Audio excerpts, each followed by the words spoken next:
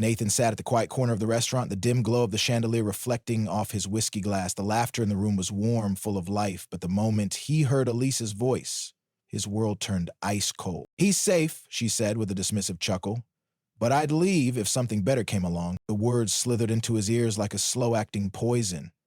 He didn't react, not outwardly. Years of discipline had trained him well. He let the glass rest against his lips, taking a slow sip, masking the rush of adrenaline surging through his veins. Elisa had no idea he was sitting just a few feet away, perfectly positioned in the blind spot between the oversized floral arrangement and the dim lighting. He watched her as she twirled the stem of her wine glass, flashing her usual flirtatious smile at her friend, completely unaware that she had just shattered the illusion of their relationship in a single breath. Nathan's pulse steadied, not with anger, but with clarity. She thought she had the upper hand. She thought she was playing the game. She had no idea she had already lost. Instead of storming over, demanding an explanation, or letting emotion cloud his judgment, Nathan simply finished his drink. He reached for his phone, typed a message to his lawyer, and hit send.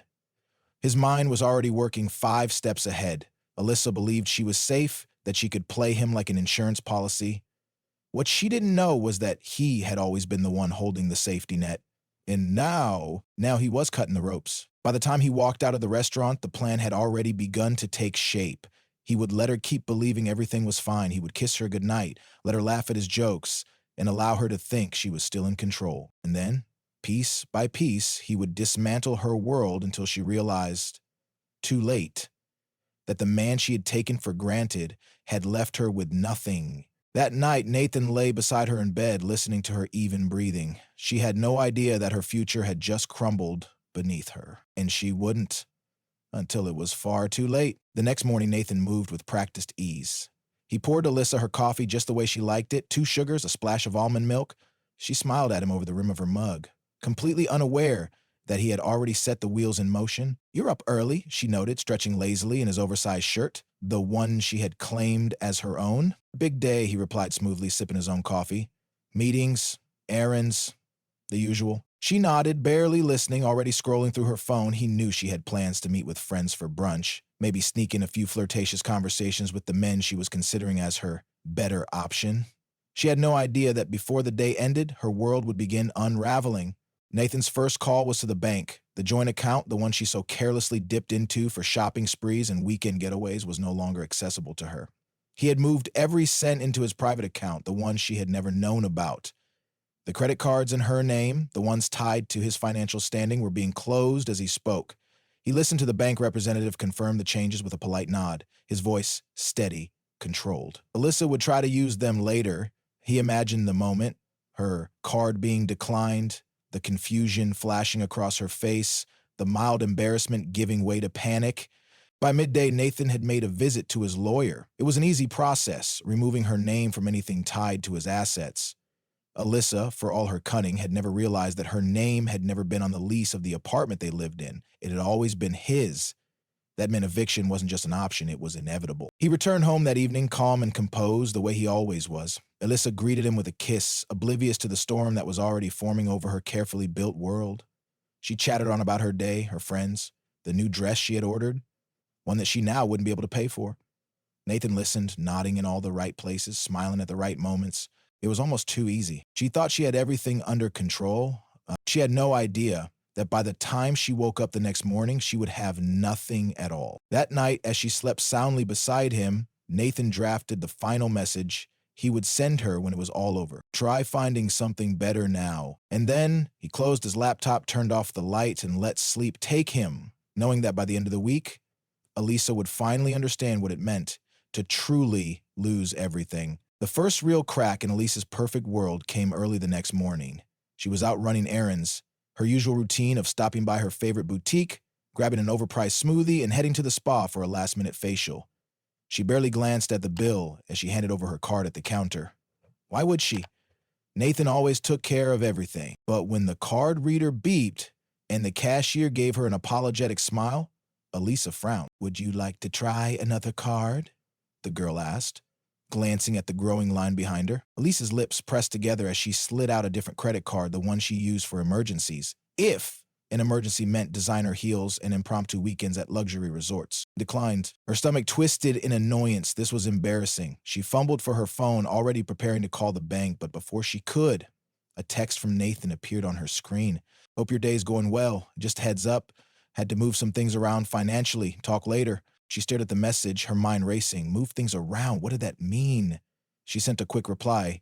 Hey, what's up with the cards? They're not working. The read receipt popped up. No reply. Alyssa's irritation grew. This wasn't like Nathan. He always handled things smoothly, always made sure her life ran seamlessly. He was predictable, dependable, safe. The thought hit her like a slap. Had she been too comfortable? She had spent months laughing about him behind his back, keep him on the sidelines while she weighed her options. But Nathan had never been one to rock the boat.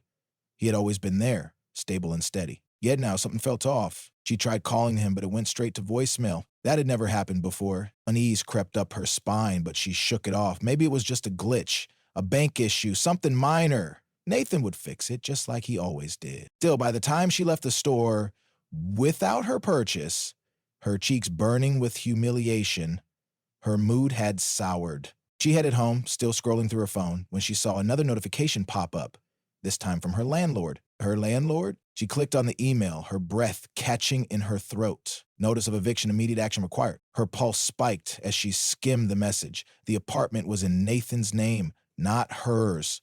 The lease had never been shared, and now he was kicking her out. Elisa's fingers trembled as she called him again, straight to voicemail. Panic clawed at her chest. She stormed into their apartment, slamming the door behind her. Her mind was spinning. This wasn't possible. Nathan would never do something like this. He was boring, predictable. He didn't have the spine for this kind of thing. But then she saw it. Box stacked neatly in the living room. Her clothes, her shoes, her belongings, all packed up with military precision, like someone had been planning this for weeks. Alyssa's breath hitched. No, no, no. She ran to the bedroom, yanking open the closet doors. Nathan's things were gone. His suits, his watch collection, even the framed photo of them from their last vacation vanished. Her fingers dug into her scalp as reality slammed into her like a freight train. This wasn't an accident. Nathan had planned this. He had been watching, waiting, letting her believe she was in control while he carefully, quietly took everything away. She scrambled to call her closest friend, Lisa, the one she had confided in about keeping Nathan as a backup, but Lisa's phone rang twice before going straight to voicemail. She tried again and again. Nothing. Frustration bubbled up inside her. She tried another friend, then another. No one answered. Our perfect little world was crumbling, and nobody was coming to save her. Alyssa collapsed onto the couch, her heartbeat hammering in her ears. She had underestimated Nathan. She had thought he was safe, someone she could string along until something better came along. But Nathan had never been a backup plan. He had been the one holding the power all along. Now she had nothing. A slow, sickening realization settled over her as she stared at her packed-up belongings. For the first time in her life, she wasn't the one calling the shots, and she had no idea what to do next. Alyssa sat frozen on the couch, her mind struggling to process what was happening. The boxes, the eviction notice, the silent phone. All of it felt like a nightmare she couldn't wake up from. She reached for her phone again, her hands trembling as she tried calling Nathan one more time. Straight to voicemail. Again. Panic gnawed at the edges of her mind. She had always been the one in control, the one with options, but now she felt trapped, like an animal, backed into a corner. Her eyes darted around the apartment, desperate for some sign that this wasn't real, that Nathan wasn't actually doing this to her. Maybe this was a cruel joke, a twisted lesson to make her appreciate him more. But the longer she sat there, staring at the cold, unfeeling reality of her things packed away, the more she knew this was no game. Nathan was done with her, and he had made sure that when he left, he took everything with him. Elisa's breathing quickened. She needed help. She needed someone to fix this, to tell her it would all be okay. She tried Lisa again, voicemail. She sent a frantic text, call me ASAP, emergency. No response. She tried another friend, Rebecca, the same woman who had laughed with her over mimosas when she first called Nathan her backup plan. The phone rang twice before Rebecca picked up. Lisa? Her voice was hesitant. Thank God, Elisa exhaled. I need your help. Nathan, he's lost his mind. He's locked me out of my accounts. He's thrown me out of the apartment. I don't know what to do. A pause. A long, uncomfortable silence. Then Rebecca sighed. Look, Alyssa, I don't think I can get involved in this. Alyssa blinked. What? What do you mean? You're my friend. I know, but Nathan's a good guy. And honestly, you kind of did this to yourself. Alyssa's stomach dropped. Excuse me? Rebecca's voice was soft, almost pitying. You told us all how you were keeping Nathan around until someone better came along. You laughed about it. And now, what? You want us to feel bad that he finally got tired of being used? Elisa felt like she'd been slapped. You don't understand, she hissed. I never thought he'd actually what, call your bluff? Rebecca interrupted. Look, I gotta go. I hope you figure things out. Click. The line went dead. Elisa sat in stunned silence, the weight of betrayal settling on her shoulders. It wasn't just Nathan. It wasn't just her finances. She was alone. She had spent years curating a perfect social circle, one full of people who envied her lifestyle, admired her confidence. But now when she had nothing left to offer, those same people didn't want anything to do with her. She swallowed hard, trying to push down the growing lump in her throat. Fine. She didn't need them. She would figure this out on her own. Determined, she grabbed her laptop. She would check her savings, move some money around, book a hotel for the night. But when she logged in, a sickening sight awaited her. $0. Her fingers shook as she refreshed the page. Again and again. Nothing. Nathan had drained the account. She let out a choked gasp. The reality of her situation hit her like a sledgehammer to the chest. No money, no apartment, no backup plan. She was ruined. Elisa's mind spun. Maybe she could talk to Nathan, reason with him, make him see that this was all a mistake. She could apologize, tell him she had been stupid, tell him she loved him. Her phone buzzed. A text from Nathan. Try finding something better now. The words stared back at her. Final and absolute. Elisa's breath came in shallow gasps. It was over. There was no fixing this. For the first time in her life, she had nothing. Nathan, he had walked away untouched. Free, untouchable, while she sat in the ruins of the life she had so carelessly gambled away. Elisa's hands trembled as she set her phone down. The finality of Nathan's message settled over her like a suffocating weight. Try finding something better now. Her own words, the ones she had once spoken so carelessly, now thrown back at her like a dagger. It was poetic in the worst way possible. She squeezed her eyes shut, willing herself to wake up from this nightmare, but when she opened them, nothing had changed. The eviction notice still sat on the counter. The bank account was still empty. The packed boxes remained, a cruel reminder that this apartment was no longer hers. Alyssa had always prided herself on control, on being the one who dictated the terms of her relationships, her finances, her future. But now, stripped of everything, she was nothing more than a woman, abandoned in a life she had taken for granted. With no other options, she did the one thing she had sworn she would never do. She called her parents. Her mother answered after a few rings, her voice cheerful at first. Alyssa, sweetheart, it's been weeks since we last talked. How are... Moms, Elisa interrupted, her voice thick with desperation. I need to come home. A pause. A long one. Then, her mother sighed. Alyssa, what's going on? Alyssa hesitated. How could she explain this? That the man she had treated as disposable had left her with nothing? That her friends had turned their backs on her? That she, the woman who had always looked down on people who needed help, was now one of them? It's just temporary, she said quickly. A misunderstanding. Nathan, he locked me out of our accounts, and I'm in between places right now. I just need a few days to get back on my feet. Silence. Then her mother's voice, firm but exhausted. Alyssa, honey?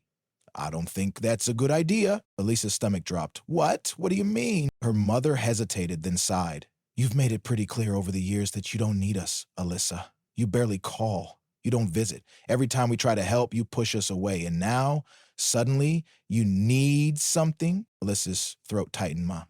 Please. Her mother's voice softened, but the rejection remained. You're not a child anymore, sweetheart. You'll figure it out. Click. The call ended. Alyssa's phone slipped from her fingers. For the first time in her life, no one was coming to save her. Tears blurred her vision, but she refused to cry. She wouldn't. She couldn't. Instead, she did what she always did. She looked for a solution.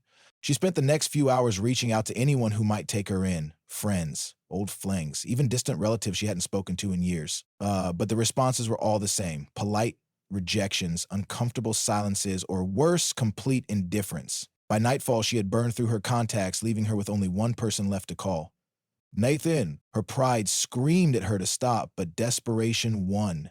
She dialed his number, heart hammering in her chest, straight to voicemail. She tried again, same result. A sob escaped her lips. This couldn't be happening. She couldn't be nothing, but she was. Alyssa stared at the empty apartment around her entire life condensed into cardboard boxes. She had always thought she was the one winning, that Nathan was just a stepping stone to something better. But now, she was the one left behind.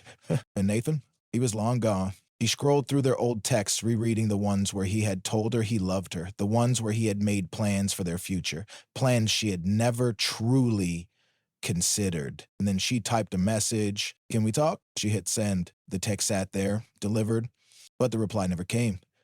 Elisa let the phone fall from her hands as reality crushed her completely. She had played the game, and she had lost.